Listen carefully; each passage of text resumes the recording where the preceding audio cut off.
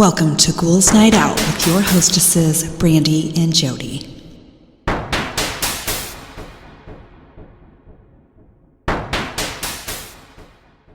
Hello, beautiful ghouls. Welcome. This is Brandy. I'm here with my sister, Jody. Hello. So I have some creepy, reoccurring dreams that people have had. Ooh. Okay, first one. I used to have the same dream about once a year from my early 20s up to the age of 30. I would be driving in the rain, a pickup truck would veer in front of me, and I'd slam on the brakes. I'd wake up right at the point of impact, though it wasn't exactly the same image as I had dreamed in real life. I was eventually hit by a wrong-way driver in a pickup truck while it was raining. I stopped having that dream after that. Ooh. That's weird. That's creepy. Next one, in my dream, it's late at night, and I'm alone in my childhood house reading a book. Suddenly, I hear a knock at the door. I always get the sense that I should not open the door, so I don't. I even go into the bathroom and lock the door to hide. But the knocks get louder and louder, and suddenly everything goes black, and I feel sharp nails running down my back. That's always where I wake up. I've had this dream since I was 7. I usually have it at least 3 times a year. What is that? Wonder if they've ever checked their back I don't know. after they wake up. I would think so. Huh. They didn't say, though. Next one, I have the dream that all my teeth fall out, or when I had braces that my teeth would dissolve, but the braces stayed. All my senses are on board when I have this dream because it feels like my teeth are falling out, and I think it's real. I hate it. Yeah, that would be disturbing. I think they say if you have a dream that your teeth are falling out, it's like there's something about your life that you feel out of control. I don't know. Next one, I have a very disturbing reoccurring dream where I'm a member of Franklin's Lost Expedition in 1845. This dream has gone on my whole life. I starved to death and was buried next to John Torrington. I see everything these men saw on this horrendous voyage. The sickness, the cold winds blowing, the ice all around the ship, food running out, no warmth to be found. It deeply scares me when I wake up after that dream. I have no idea why I have this horrendous dream, but it is what it is. Reincarnation? That is absolutely reincarnation. Crazy. My boss was making fun of me and Chris this week because we started watching this TV series on Amazon. And it was about little kids that remember like past lives or whatever. And for some reason, she started talking about it, and he was there. And he's one of those that he don't believe it. And we're sitting there trying to explain it to him, and he's just Oh, that irritates me because there's like proof of that stuff. And I had to tell him, of course, I don't believe every single one I hear. Right. But there's so many. Exactly. That there's got to be. Not everybody is making it up. I'm sorry. Right. And if one of these stories is real, just one. Yeah, that's all it takes. That changes everything. Yeah. So it's fun to think about. And I had to tell him, I'm like, not everything is black and white. Exactly. That's not how the world is. Exactly. Next one, when I was a kid, approximately 8 or 9, I used to live in an apartment with my parents, and my grandparents lived on the floor below. Anyway, I had this reoccurring dream for at least a year where I was playing in the house and suddenly ran downstairs to my grandparents' apartment. I had this urge to go to their bathroom, and once I opened the door, I would find a dead body there, lying between the sink and the toilet. This corpse didn't look familiar at all. Actually, its facial features were blurred, but its clothes were ragged and its skin was pale and grayish. So I could tell it had been in the bathroom for a long time. The most unsettling thing was that as soon as I yelled for help, it was like I couldn't be heard or even seen. My grandpa would be lying in his bed watching TV, and my grandma would be cooking in the kitchen, absolutely unbothered, like they couldn't care less if I was there or not. Interesting. Next one, it's been a while, but I used to dream about having to use the bathroom in a public place very often. I'd go into the bathroom and the stalls would have multiple toilets facing each other or would be placed right next to one another. There'd be no doors on the stalls, or there'd be doors that really served no purpose, like too small to have any privacy. The bathroom floor would be covered in pools of water. There's overflowing toilets and sinks, and there's water dripping and flowing in different areas of the ceiling. It was really creepy to me, so it's really creepy to me and just so incredibly odd. One of my best friends told me later in life that she had similar dreams, but we never shared this dream until they stopped for both of us. I have had so many dreams like that, and you know why? Why? Because I had to pee so bad. I've had dreams like that too. Where, you have to pee really bad in your dream. Yeah, so you go to the bathroom. The toilets are all disgusting, or there's something wrong with them, or whatever. Yeah. And you're like, I just need to pee. And then I finally wake up, and I'm like, oh, thank God. And I get up and go to the bathroom. I have those all the time. Yeah. I hate them. Yeah, they're awful. I've had that before.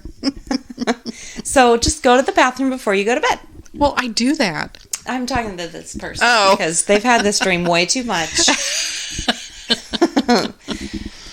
All right, I have a reoccurring dream that I'm in a 1970s Lincoln Continental. It's dark green, and it has the rounded trunk that says Continental across it.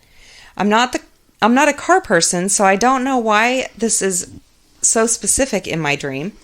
Everything about the car is very detailed. The bench seat, click of the lap belt, the gear shift on the column, and the hard steering wheel. In my dream, I'm driving too fast over a hill. At the bottom of the hill is a river with a bridge over it. The Lincoln catches air going over the hill. I can feel myself flying through the air toward the river. I get that feeling in my stomach like when you're on a roller coaster. I always miss the bridge and eventually wake up as the car slams into the river. If I don't wake up on the impact, I wake up as the Continental emblem of the trunk sinks beneath the surface of the water. I'm 36 and I've had this dream since I was a teenager. I again think that is reincarnation. Past life, yeah. Someone was extremely proud of their brand new car. Mm-hmm. Sounds like a young guy. Yeah. And was driving way too fast. Yep. I have a really gross reoccurring dream. It's basically me uncontrollably vomiting rocks. They just keep coming out. I'm mortified because there are people around me and I'm trying to make it to the trash can. The worst is sometimes instead of rocks, it's feces. And it clogs my mouth and I have to dig it out with my fingers. I keep trying over and over to apologize to everyone. I have this dream when I'm in a really bad place mentally. It's been going on for 20 plus years. Oh my gosh. That is awful. That is horrifying. Ugh. Not cool. Do not like that one.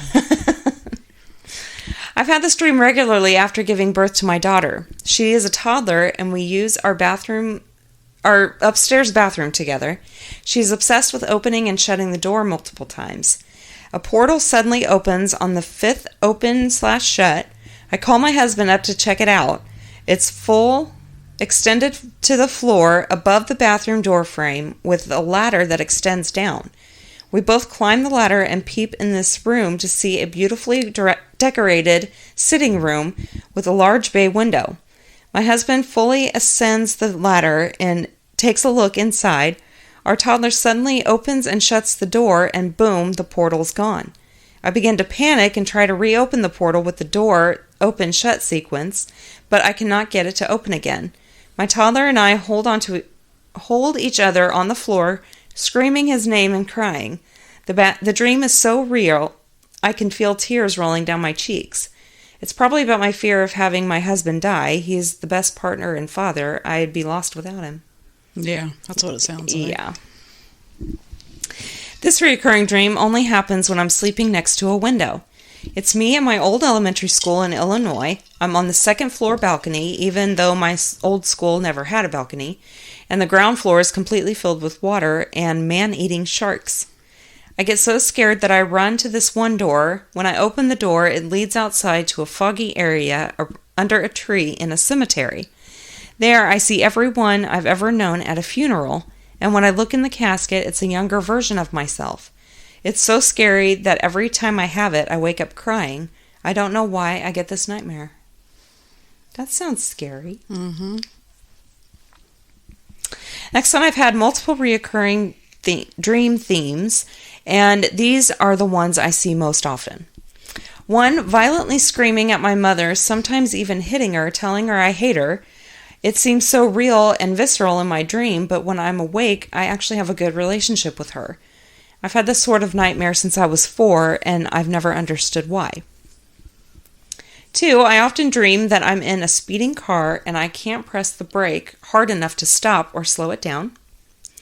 3, I've also had unsettling dreams where I'm trying to scream but no sound comes out. These always leave me shaken. And 4, like many people, I've often dreamed about my teeth falling out. Sometimes they're just a little loose in my mouth, and when I'm trying to keep myself from wiggling them with my tongue. Other times there's just a bunch of marbles in my mouth, and I'm terrified that I'll remain toothless. Next one is not exactly a dream, but rather a hallucination I get when I immediately wake up. For years, I've had telltale signs that I'm too stressed. I would fall asleep with no memory of even falling asleep. Then as soon as I opened my eyes, I would see a spider hanging in my face. I would immediately hop out of bed and look for it, but I've never found it. Then I started reflecting on what was happening in my life, and it's always when I'm highly stressed.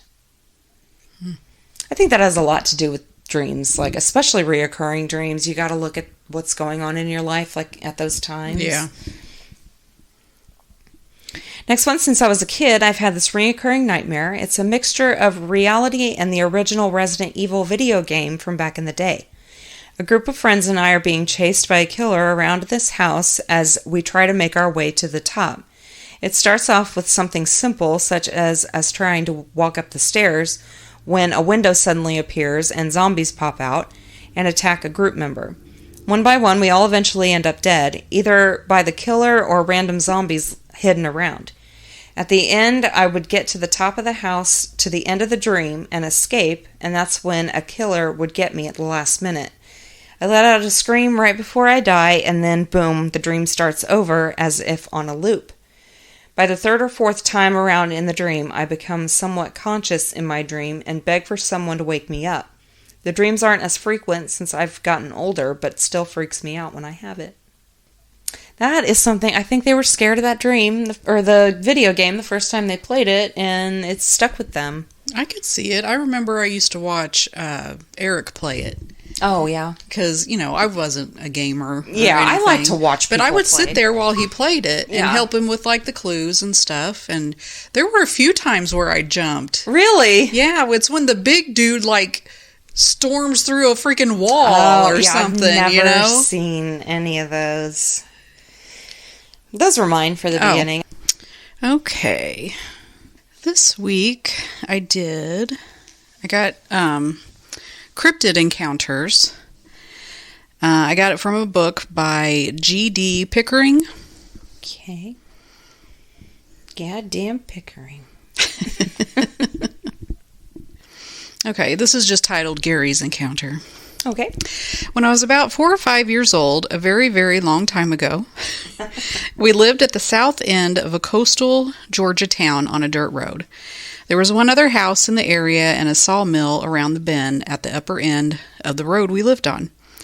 There was a tidal creek surrounded by woods just before the bend. One afternoon, I had been exploring in the woods with my blonde lab Sport. I wasn't supposed to leave the yard without an adult, much less at dusk, and it was quickly getting dark. When I came out of the woods and got onto the dirt road, Sport stopped and turned around, facing the woods. Sport was loyal as he was fearless. He fought wild boar, porcupines, and other dogs. There was nothing or nobody he feared, but when he looked into the woods, he crouched down with the hair on his back, standing up. When he started growling, I looked at what had his attention. There were 2 large, glowing red eyes about 10 feet off the ground, and they were looking right at me. Sport continued to growl as he began to creep backwards. When he turned and ran, I felt an overwhelming surge of fear. For Sport to run off and leave me in the face of danger was as foreign as the glowing red eyes staring at me. When I got home, the hell I caught from my mother and all the people who had been looking for me was what you would expect. Of course, nobody believed me when I told them what had happened. To this day, I can remember it like it was yesterday, and no, it wasn't a mountain lion, bear, raccoon, or possum.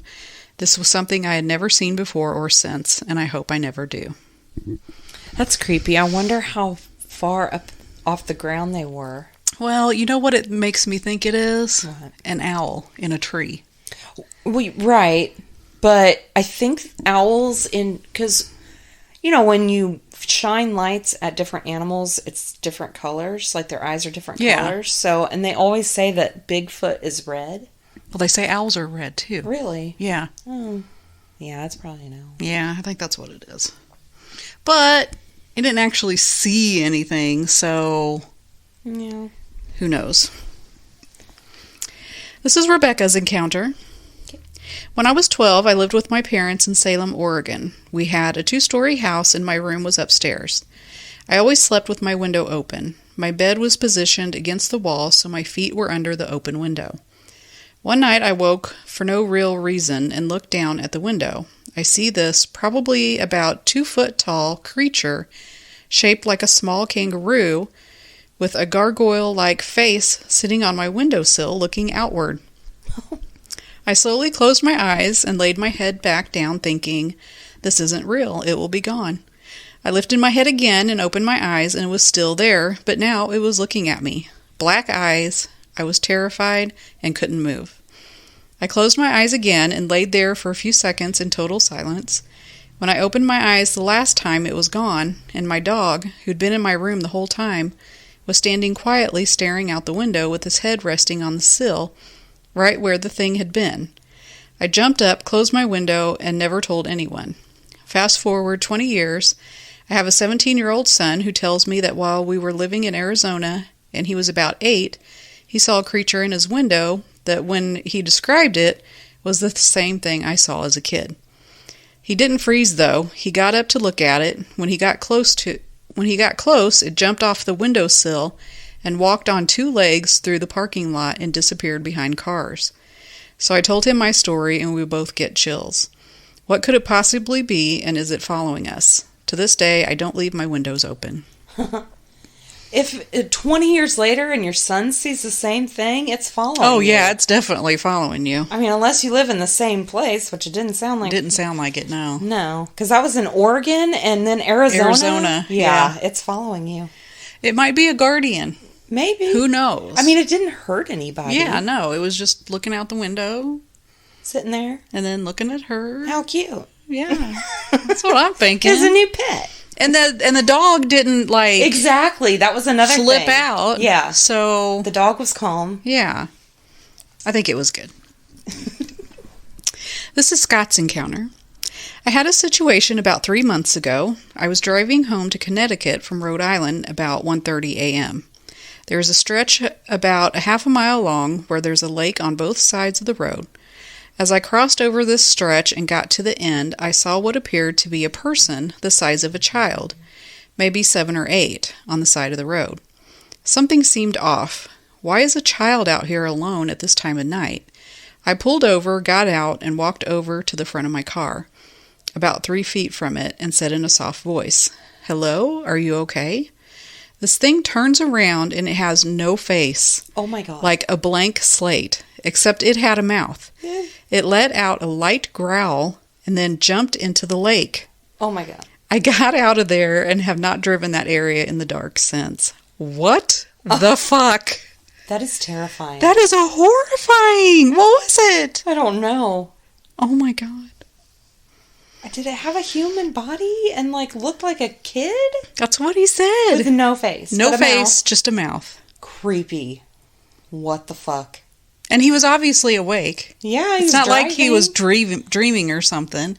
He pulled over, got out. And was still concerned. Oh my God, no. Oh my God. No. And it growled at him? No.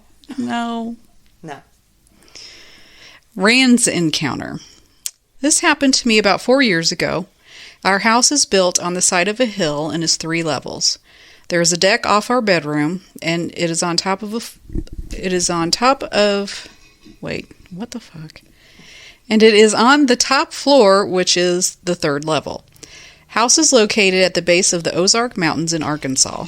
Sometimes when I can't sleep at night, I like to go out and sit on the deck. There is a cleared power line that runs through our property about 20 feet from the house. Rest of property is heavily treed, no close neighbors.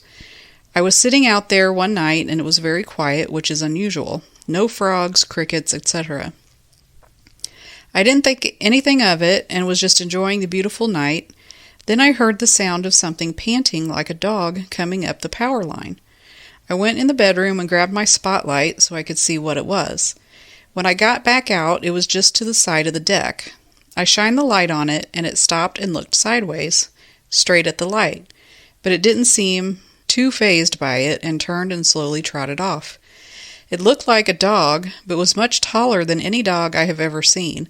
It had stringy black hair, was rough-looking, spots missing, etc. Its tail curled up over its back. It had huge pointed ears with long tufts of hair on the top.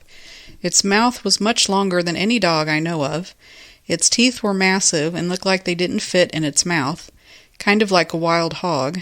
I don't know what it was, but it was very strange. That is weird. That sounds like something from another dimension that happened to cross into ours or something. Yeah, it does. But didn't he say, or she, whoever, that the balcony was on the 3rd floor? I don't know. And that it was coming across the power line? Yeah. That didn't make any sense to me. Creepy. I don't know. Javi's encounter. We come from a small town in South Texas named La Villa. In the 60s, most of the families would board up their homes and head to Michigan in the summer. The preteen to teenagers work alongside the parents in the fields. Each day, 2 different teen girls would get picked to watch the young ones. A day off from the hard work was always welcome. Well, this field was on the edge of the woods. As the girls were watching the kids, a huge, hairy creature snatched one of the boys and ran into the woods. What?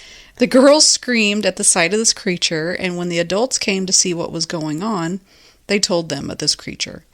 The men, about 30 of them, went into the woods to track it and find the boy. It was 2 days later when they finally found the boy.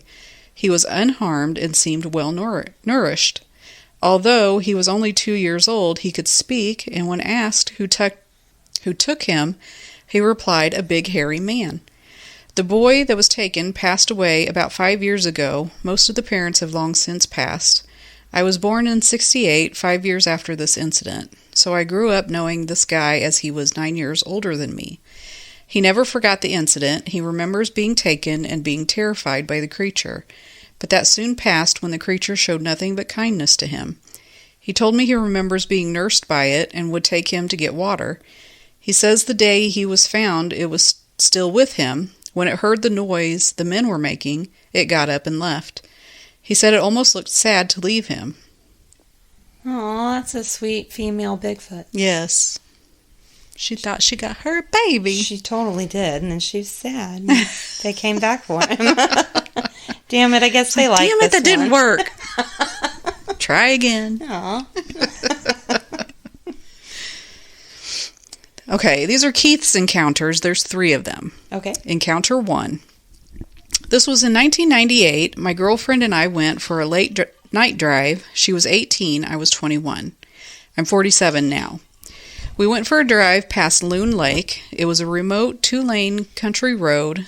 It was around 1 a.m. I had my high beams on because the area has lots of deer. As we drive around a sharp corner, I see something big jump out of the tree line, landing in the middle of the road. I slammed on my brakes, coming to a stop about 30 feet from what looked like a bear at first glance. It was on all fours. A couple seconds later, it stands up on 2 legs. From the side, it had long hair. You could see its muscles. It had to be 7 feet plus tall.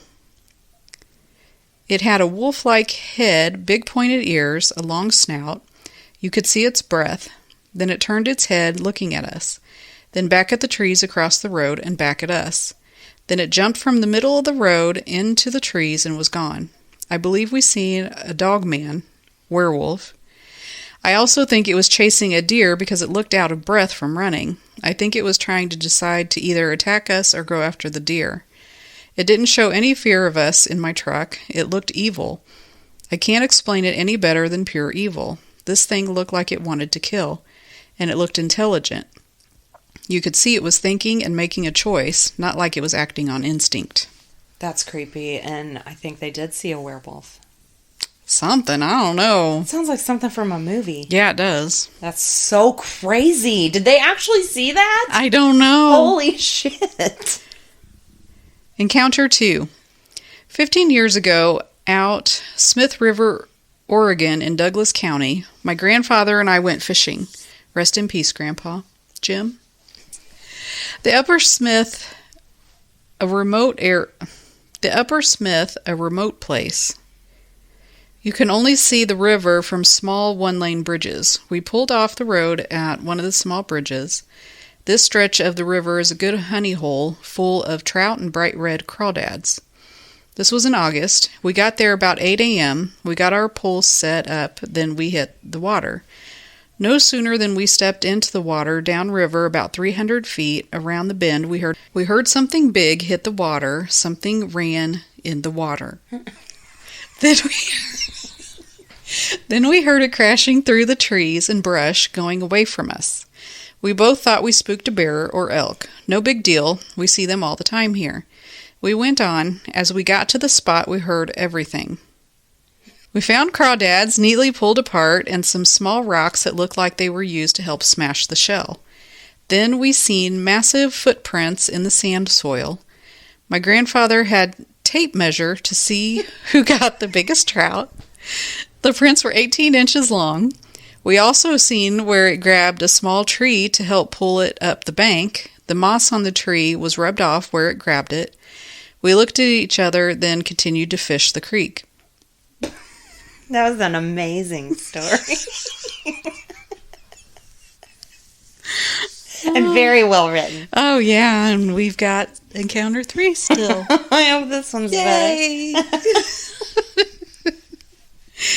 I had a job building logging roads. It was my turn to stay and fire watch for an hour after we shut down. After that was done, I decided to drive down river. I stopped at a bridge to see if I could spot any steelhead. As I sat on the edge of the bridge eating my lunch and just enjoying the day, I started to hear tree knocks across the open field in the tree line. Then maybe 5 minutes later, I heard more tree knocks up on the steep hill side behind me. This went on for a while. They were taking turns knocking. This hillside was so steep, no person could get down it without making a lot of noise and a few cuss words, LOL. The knock on the hillside got closer and closer till it had to be less than 50 yards from me. I didn't have any protection, no gun, no bear spray, so at that point I said in a loud, calm voice, "Okay guys, I'm leaving, you can have this spot." I got in my car and left. Maybe it was a couple people messing with me, but doubt it not on that hillside. I didn't feel in danger, but I did get the hint I wasn't wanted there. That wasn't bad. That was Bigfoot, probably. Yeah, that's what it sounds like. Mm-hmm. This is Brian's encounter. Back in the late 70s up to the mid-80s, a creature or something of the sort was seen on our reservation. How it started was a Sunday at a bar in town. A live band was playing and people were dancing. Because this town is a small place, everyone knew each other except this one guy. As a report stated, people were dancing. This man dressed in black with a long duster jacket was dancing with a young woman. The man was described as being handsome-looking and tall. Needless to say, at some point during a dance, a woman screamed out. This caused the band to stop playing and people stopped dancing. The woman, who shall remain unnamed, screamed, "Look at his feet! He has hoofs for feet!" At that point, this man, who was dressed in the black duster jacket, ran out the door of the tavern. People chased him out the door and attempted to chase him down the street. However, this guy was fast, extremely fast, and outran the people very easily. Well, the bar owner called the tribal police department and reported the incident. The officer that was on duty attempted to locate the subject with the black duster coat. The officer was unable to find the so-called individual. The officer did take statements from all the witnesses for a description. All the descriptions were the same. A tall, handsome man dressed in a long black duster jacket, and he had hoofs for feet. The witness also described how fast he could run. As time went on, reports of this man kept being reported. One was by the town's basketball court, where kids were playing ball at night. An adult saw the man at the edge of the streetlight. The adult described the individual as a tall man dressed in a long duster jacket. The adult could not make out his face. For a number of years around this town, reports were called in with reports of this man or thing walking around town. Then one night, late in August of '86, a call came in and the people reported a man walking on the highway dressed in a long duster-type jacket. That night I was the officer. I responded to the milepost where the people had said they seen him. I traveled 5 miles north on the highway looking for the individual. I was unable to locate, so only a complaint card was completed. It was that night dispatch told me of the Goat Man, as it became to be known as around the reservation.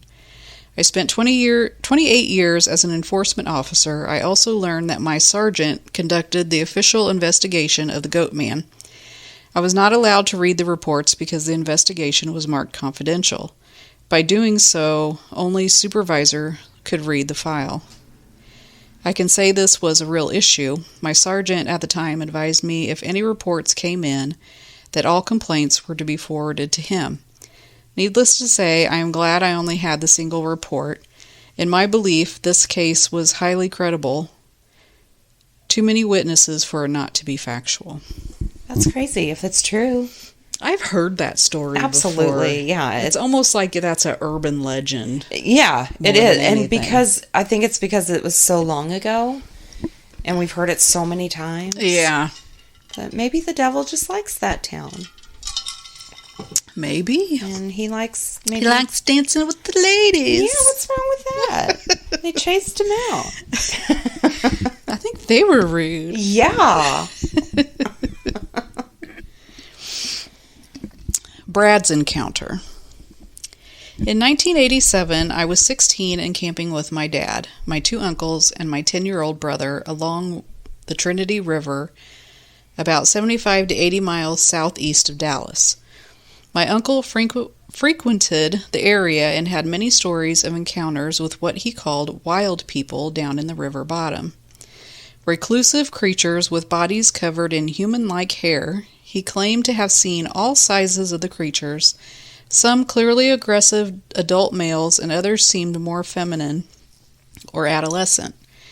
I just sort of chalked it up to fanciful stories he told us kids to mess with us, as he is always the guy who took me snipe hunting when I was 8 and left me to walk 3 miles back to the house because he thought it was funny.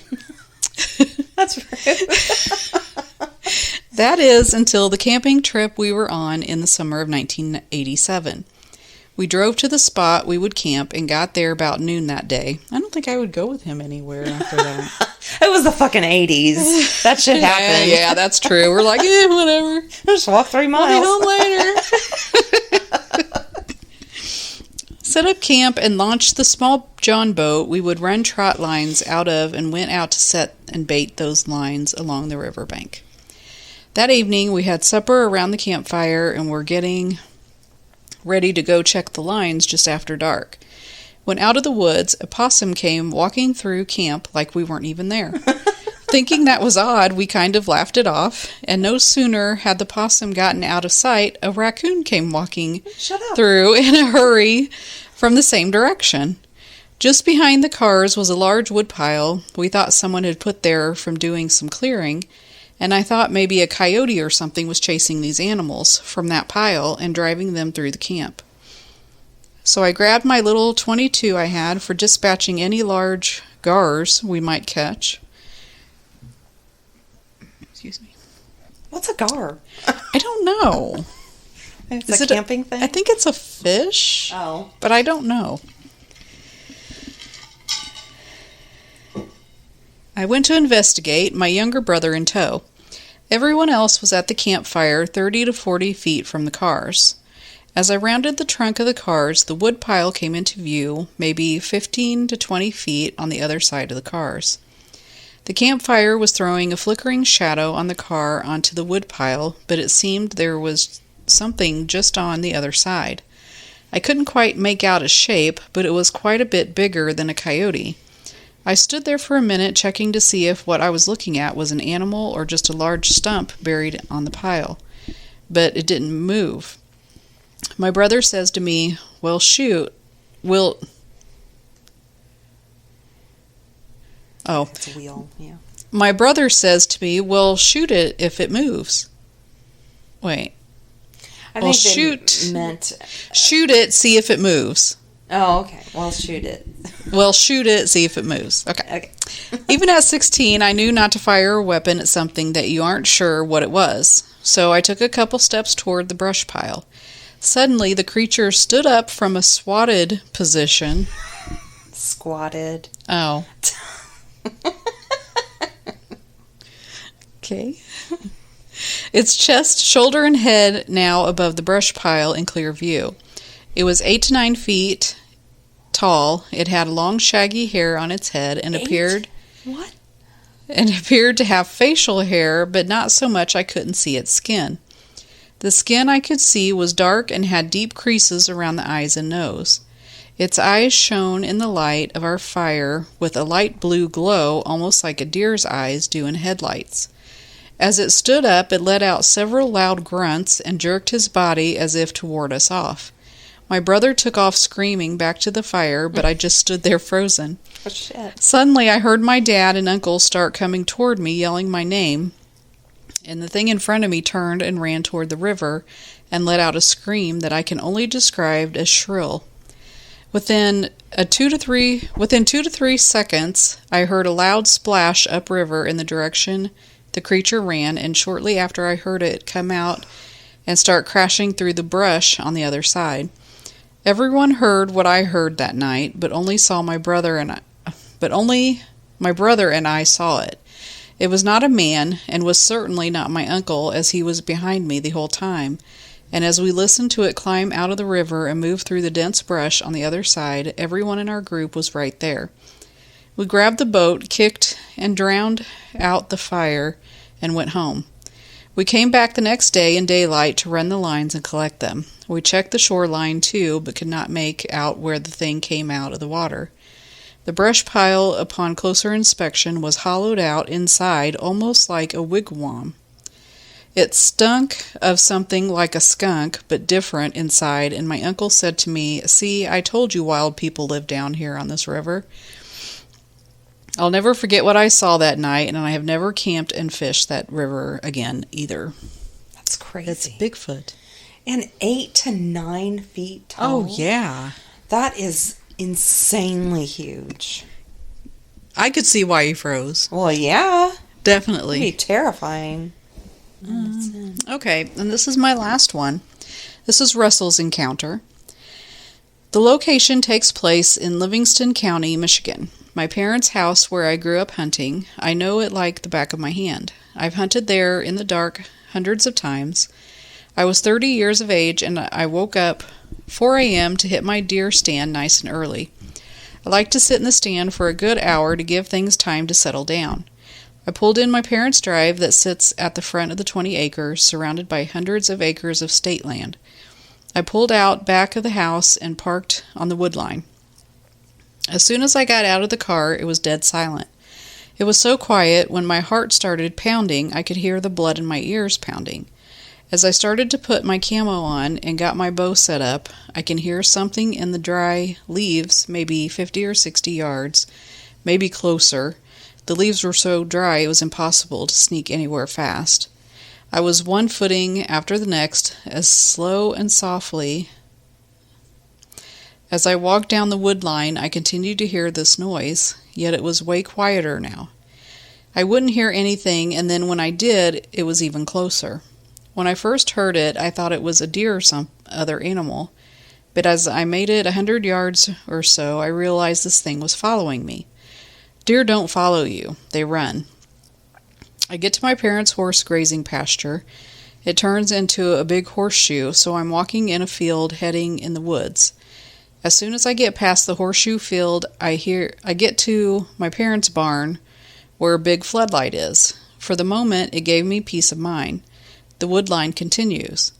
I make it 20 yards or so into the pitch-black woods now. The barn's floodlight was no longer any good to me. I couldn't see anything. I've been in these woods more times than I can count, and the feeling that something was there would not go away. I've hunted and killed most animals in North America. I don't get like this. I almost turned around and headed back to my car. I tell myself, quit being a bitch. What the hell am I doing sitting here? 30 years old, scared of the dark. I'm like, fuck it. I'm 50 yards from my stand. I continued to walk and my blood ran cold when I heard a branch break and heard the biggest, loudest crunch, and then another and another. It's walking right towards me. I can tell what things sound like in the woods, whether a squirrel or a deer.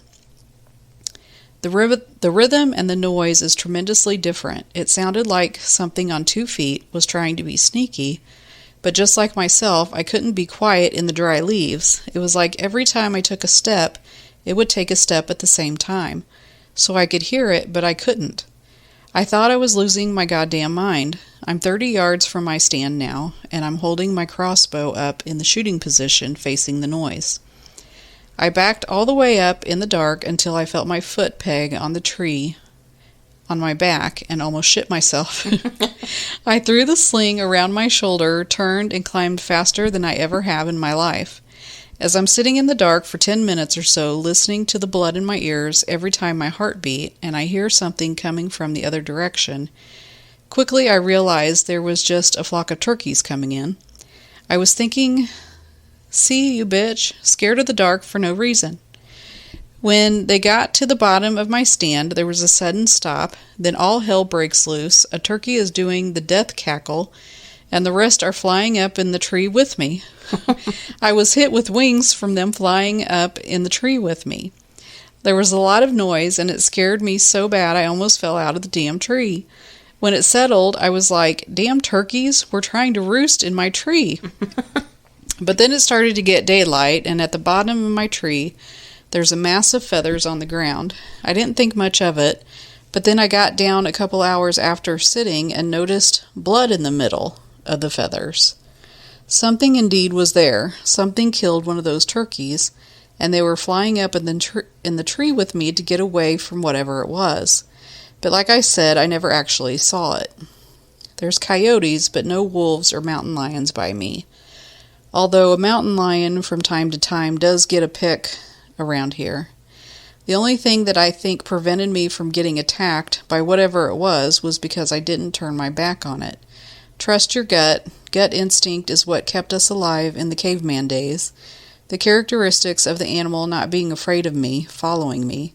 I only go hunting in the evening now, where I know I have a little bit of light to get out of there. And that's all I got. That was Bigfoot again, I think. Yeah, that's what it sounded like. All right, I did some Glitch in the Matrix stories. Ooh, yay. First one, when I was about 17, my friend and I used to hang out at the mall religiously. But there was one day that we went that still sticks out in my mind years later. It was closer to the evening and the lights were half off, which we'd never seen before. But the mall was still open as far as we could tell, although at least a third of the shops were closed and empty. We couldn't figure out why. There wasn't a holiday or anything else that we knew of. That was unusual, but not so strange as to have no plausible explanation. Maybe they had a power outage or they were doing electrical maintenance or something. Something about the atmosphere made it feel eerie, though. The dim lights, the setting sun, the familiar bright and bustling area, now dark and quieter. But the part that struck us the most was the other people there. There weren't as many people around as usual, but almost everyone we encountered would watch us. Their eyes would follow us, and people openly stared expressionlessly at us. Not the typical glance at a person walking past. It was as if they had seemed surprised to see us there. Their eyes would trail us long past what considered socially appropriate. We both noticed immediately, and at first we felt like celebrities. We drank it in thinking we must have looked really good that day. But we weren't wearing anything special enough to garner this much attention. We kept checking with each other, looking at our reflections, making sure we didn't have something on our face or something, otherwise attention drawing, and we didn't. Still, it continued. I remember we saw two parents with a young child in a stroller all watch us simultaneously as we walked by, and that was when we were both like, okay, this is getting weird. Why are people still looking at us? We tried to ignore it, but about 85% of the people we passed took notice of us. People of widely varying demographics, elderly people, children, other teens we didn't recognize, shop clerks and other customers when we would enter a store, people at other tables in the food court. We thought it may be because there were fewer shoppers around. We started trying to see if people were staring at us or staring at everyone as they passed by, but we didn't see a single person looking at anyone else like that. Instead, we'd catch people looking dead at us from like 40 feet away, ignoring other passersby. I remember people eating pretzels on a bench, stopping as they saw us, watching us as we approached, watching us as we walked by, looking over their shoulders to see when we see them watching us as we walked by. It started feeling like Invasion of the Body Snatchers. It wasn't like there was open malice, annoyance, or intimidation exactly, but it wasn't like they were amused, attracted, or intrigued either. These weren't friendly glances. It was uncomfortable, and we didn't belong somehow, and everyone knew it.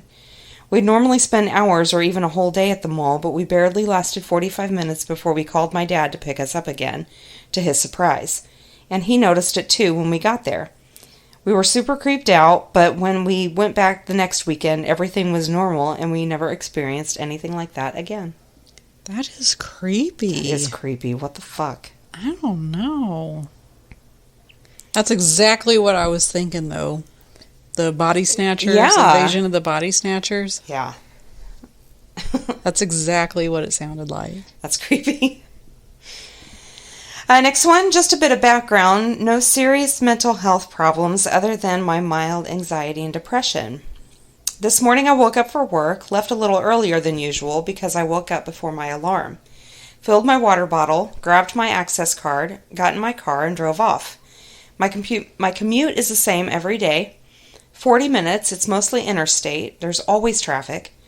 While my car is warming up, I pick an album to listen to for my drive there. I usually make it about 3/4 of the way through the album before I get to work. Every day is a new album. So I did that. I drove to work, remember being cut off. I remember being in standstill traffic towards the exit. I remember the album I listened to. I even remember responding to a text using Siri. I remember seeing a type of car I'd never seen before in the U.S. I remember thinking, I'm glad it's not a hot day today.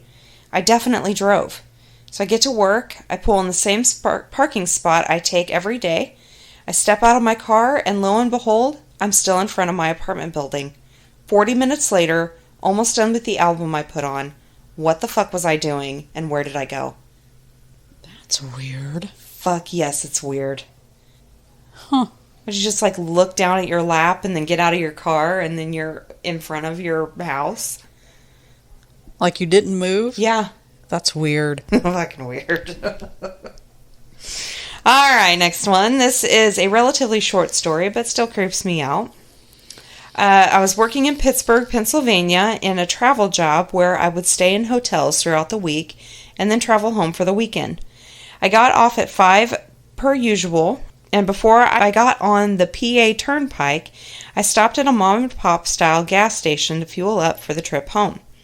I got my gas, went in, paid for it, and headed for the Turnpike.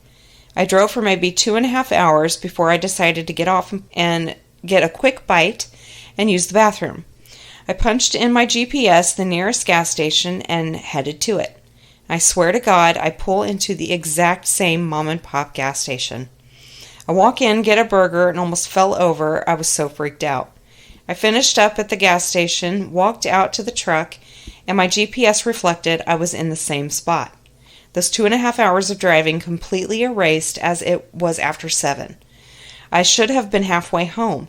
The only logic I have is I fell asleep at the station, but surely someone would have woken me up if I was there that long. I remember the drive, and the gas in my truck reflected I had been driving. It's my only ever glitch, and it baffles me.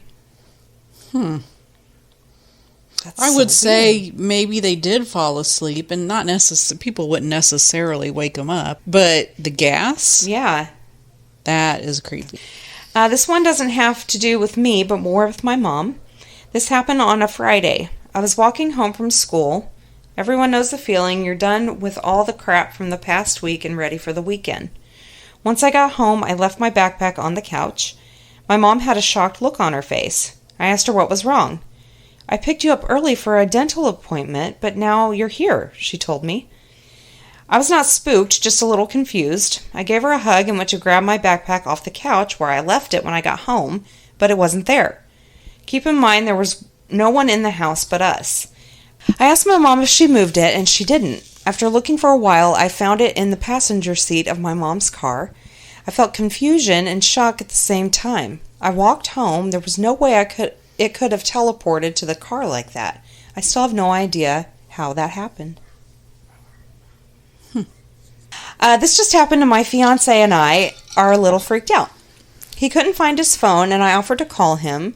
When he found his phone, he answered on speaker, and said hello while next to me. I answered with hello too, but when we heard my voice coming from his phone, it was me clearly saying, "Hey." We looked at each other, and I ended the call. We couldn't come up with a rational explanation, which does not mean there isn't one, we just couldn't think of one.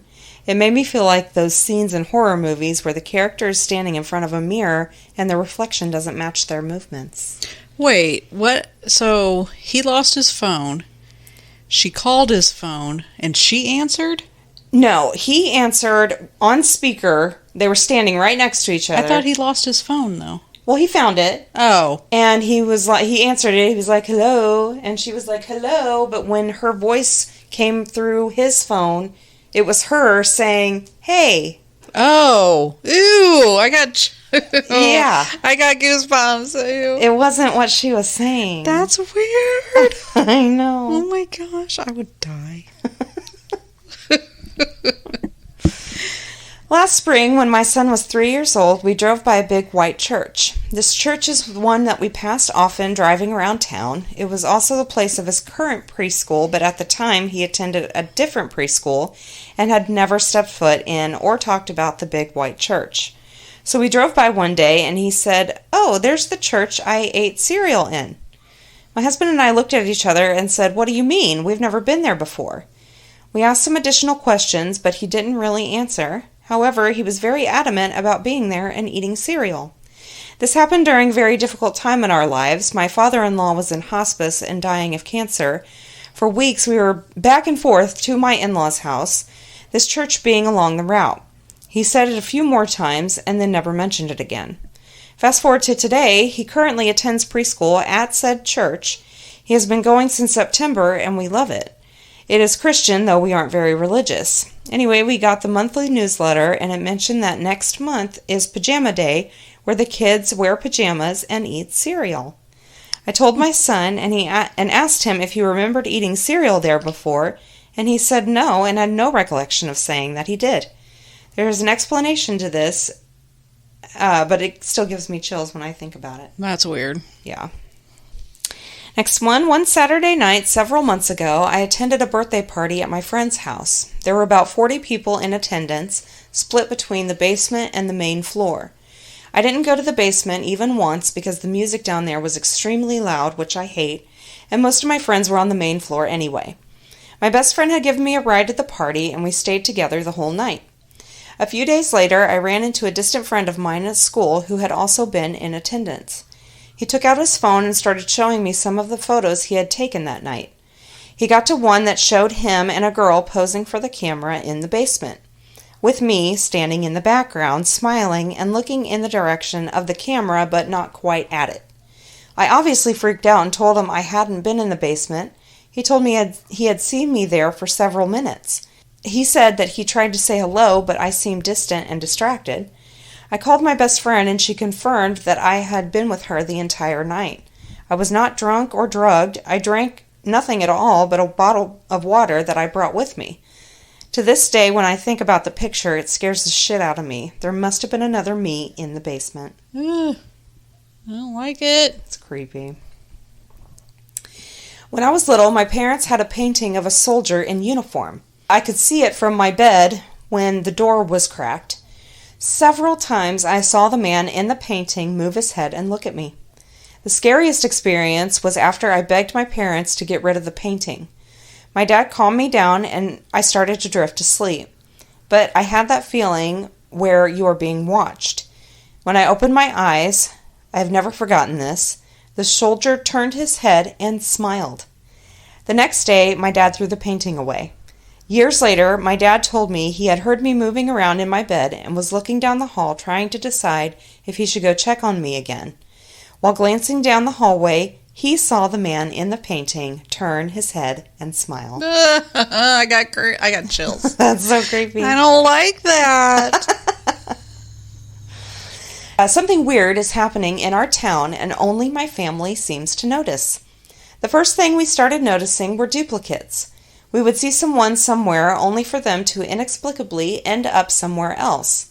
For example, my mother and I saw and chatted with an old friend at a grocery store. When we arrived home later, we saw on Facebook that this person was out of the country on vacation and had been for a few days. They have no memory of speaking to us either. I have taken phone calls that were duplicates of calls I had already taken with another person swearing we hadn't spoken yet. The scariest thing, though, has been the deaths. There have been 4 deaths in our community of very well-known and influential people, and every one of them has died twice. We hear about their deaths and see all the RIP posts on Facebook. We see the community fundraisers put on to raise money for funerals, and even see the cars at the church or funeral homes, only for these people to die a week or 2 later, with all the RIP posts and fundraisers happening again. Only our family seems to notice these things happening, my mother and siblings and my 2 kids. We don't know what is happening, and it's starting to scare us. That's weird. It is so weird.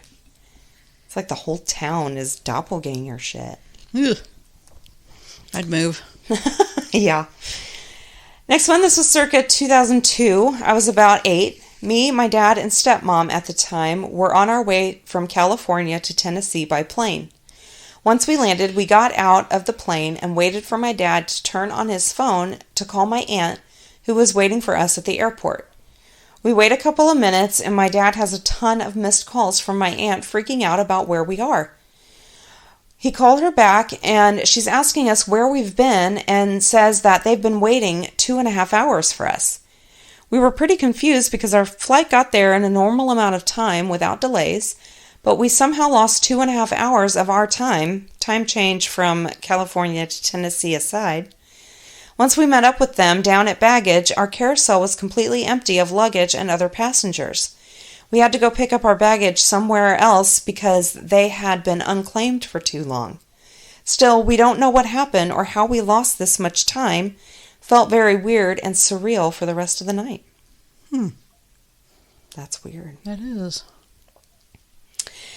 Next one, before making an offer on our house, my husband and I went for a viewing with our 3-year-old daughter, whom we'd left with a babysitter the first time we saw the house.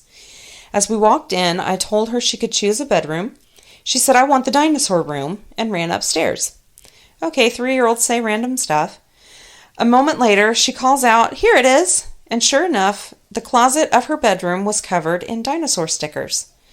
My husband, realtor, and I all freaked out. The kid acted like she knew the stickers were there, but none of us remembered seeing them before, and we certainly hadn't talked about them.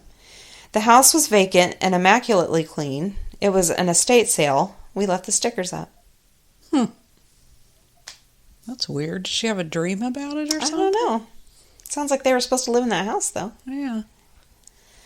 And this is my last one. I went to do laundry around 2 a.m. With my oldest son. After we put the laundry in, we went to McDonald's drive-thru to get something to drink. The drive-thru was packed with about 5 or 6 cars ahead of us. I noticed none of the cars were moving forward, and it had been like 5 minutes already waiting. So I decided to go around the car in front of me to the next drive-thru lane. As I'm pulling around them, I look in their car to see why they're not moving, and I kid you not, both people, driver and passenger, looked dead. Heads tilted all the way back, eyes shut, not moving, dead. I freaked out and tried to pull out of the drive-thru entirely, going around the other cars to get out of there, and the next car I passed, all the passengers also looked dead. Heads tilted back, eyes shut. I panicked, thinking maybe they were all shot or someone killed them all, So I fucking hit the gas and got the fuck out of there. My son called 911 and told them what happened, and they sent an officer to check. A few minutes later, a cop called us back and said everything was fine at the McDonald's. Mind you, my son saw it too. We both saw the car in front of us. The people looked dead. This shit was terrifying. Literally looked like one of those rapture movies or the end of the world type shit. Needless to say, I can't wrap my head around why we saw what we saw or what we saw. I'm still scared over it. I wonder if it was someone playing a joke. Every car, though? There was only 2, right? No, they said the car was packed. There was like 5 or 6 cars in front of them. Oh. It was like all of them. They looked dead. That's weird. That would be hilarious if it was I a know. prank. I was thinking, because I thought there was only 2 cars, and I thought maybe they were, like, knew each other. Yeah. And they're like, let's play a prank. That would be funny. But and the cop got there, they're like, no, what are you talking I about? don't know what they're talking about. We're fine. All right, it's time for the witty wrap-up. Yay, Winnie Rambo! I did funny tweets. When my daughter gets mad, she says ocean instead of oh shit, and I'm fine with it. That is hilarious. My kid keeps asking why we don't decorate outside for Halloween, and I'm tempted to buy a bunch of poster board and just write the scariest things I can think of on it. Like, daycare is calling you at work right before a big presentation, or check engine light comes on. People would love that. That would be funny. They should do that. Yeah. My daughter decided that she wanted to contribute to tailgating, so she made peanut butter spoons. What are peanut butter spoons, you ask? Just spoons with peanut butter on them. They were a big hit. That's great. It's better than peanut butter fingers. There are those kids who are sad to learn beef comes from cows. Then there's my daughter who wants to know why we don't call cows beef. That's a good question. It is a good question. Well, they're only beef when they're dead, I guess. Call dead cows beef. Currently, our only Halloween decor is a pair of homemade jack-o'-lanterns. We walked past a neighbor's yard decked out for the holiday, and I said, "Look at the cute little ghost." "I like that," my 3-year-old said cheerfully, "and I like the little ghost we have at our house, too." What? That's creepy. That is very creepy. I love it. Sorry you got your kid all excited about a hayride, and 2 minutes in they ask if this was all it was. Fucking kids. Wrote something about a toddler having a tantrum at a store, and a mom commented that toddlers shouldn't have to endure trips to a store, and that if moms made it fun and engaging, tantrums wouldn't happen. I can only assume that this mom's kids are imaginary. Yeah. I don't think that's a mother at all. No, they have no clue. Joked to my kid that he ate too many Skittles and I wouldn't buy him any for 10 years. And he responded with, "Oh, so I can't have them again until you're 50 and now we're both mad." Oh my God. Punk? Damn kids. Little smart asses.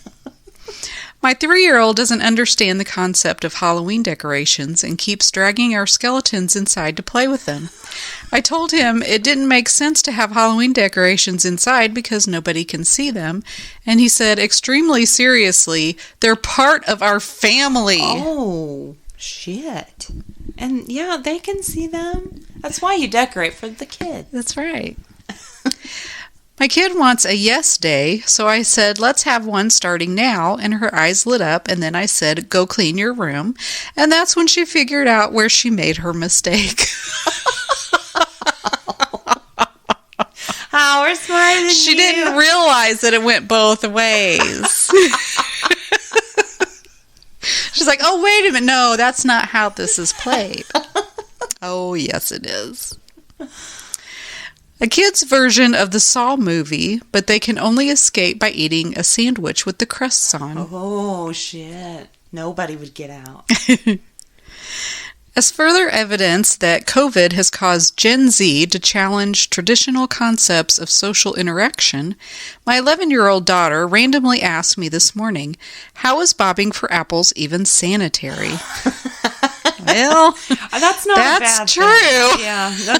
Do they even still do that? I think it's just no way. I don't think they still do that. And that is the worst game ever. It was. I never drown yourself. Yes, to get an apple. Yes, I did. I don't think I ever did it. I don't think I ever did either. I would drown. I would look at it and I'm like, no, thank you. Yeah, I would always have Halloween makeup on. Yeah, like, no. Yeah, it's stupid. It is. My 4-year-old just asked for corn off the bone.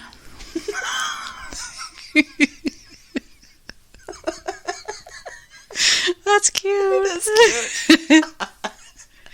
I met a toddler yesterday that had been carrying around a chicken nugget for 2 hours, including through a nap. I get it, girl. We all need an emotional support nugget. Fuck yeah. Me answering my child's question at 9 a.m. Venus is the hottest planet because of its proximity to the sun and its thick atmosphere comprised of gases like CO2. Me answering my kid's question at 9 p.m. Go to bed. Ruin your teenager's day by trying to make it a fun day for them. Of course you're going to ruin their day. Of course. Doesn't matter what you do. Exactly. Some parents are blessed with amazing kids, and others have kids that decide to learn the trumpet. Oh. My body during this last week of pregnancy is like a car with every light flashing on the dash and flames pouring from the hood while there is a rabid family of raccoons in the trunk. That is a hot mess. Me. Good morning. 7-year-old. One way to keep a robber from stealing your jewelry is to fill your house with TNT, and when he breaks in to blow it all up. Oh, but then your jewelry and house blow up. Never mind, that plan won't work. Can I have a waffle? Okay. My 7-year-old has captured Monday energy perfectly.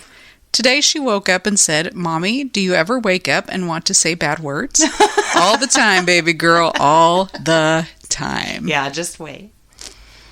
And my last one, I steam cleaned my kitchen and my 2-year-old immediately dumped his fruit cup on the floor and licked it up. Oh! He really put to the test clean enough to eat off the floor. And now it's messy again. And that's all I got. All right. Thank you so much for listening. Send in your stories. We need them. ghouls.nightoutpodcast@gmail.com. You can rate, review, and subscribe wherever you listen, and we will talk to you next week. Later. Bye.